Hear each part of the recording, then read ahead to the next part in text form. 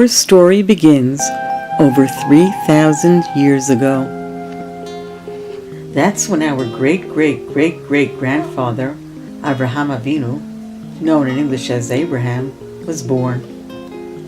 As Abraham was growing up, he looked around at all the amazing things in the world, and he just knew, for everything around us and everything in us, there is one God to thank. And God spoke to Abraham and said, "Start walking away from the land you were born in, away from the home of your father, to the land that I will show you." That was the moment when the universe held its breath, waiting to see if the Jewish nation would be born.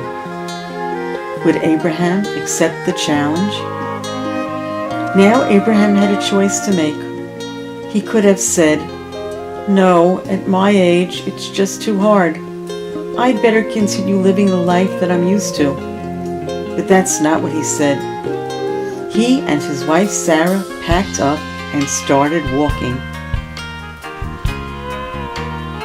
Their first stop in the new land was Shechem, and then on to Beit El, the Negev, and finally Hebron.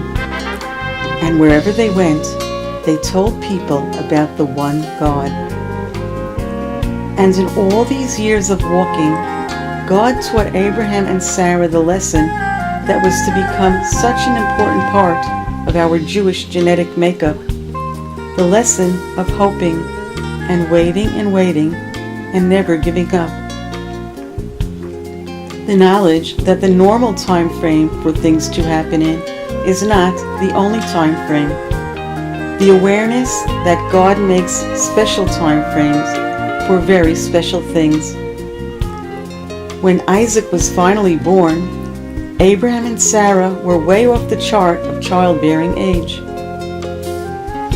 For the Jewish people, there have been many years of waiting since then, waiting and yearning, waiting and working to make the right and good things happen, waiting and working and always praying. And here we are, 3,829 years after the birth of Abraham, right here in Hebron, which is the first piece of Jewish property in history. You see, in all their years in the new land, which was promised to Abraham for all eternity, Abraham and Sarah never had a place they could really call their own.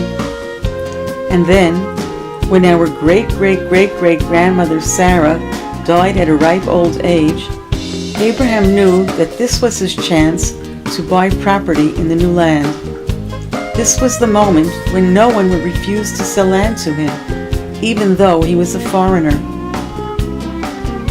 So for 400 silver shekels, which was an enormous amount of cold cash, he bought not only the cave of Machpelah as a burial place, but also the entire rolling field and all the trees and flowers surrounding it.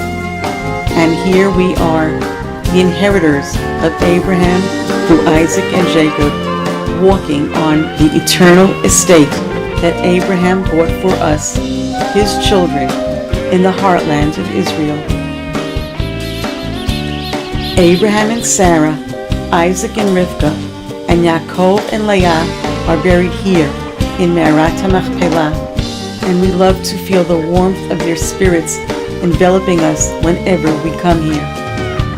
We are very proud of our great-great-great-great-grandparents, Avraham Avinu and Sarah Imenu, and we sure are glad that when God told him to start walking, our great-great-great-great-grandfather, Avraham Avinu, who was really great, said yes.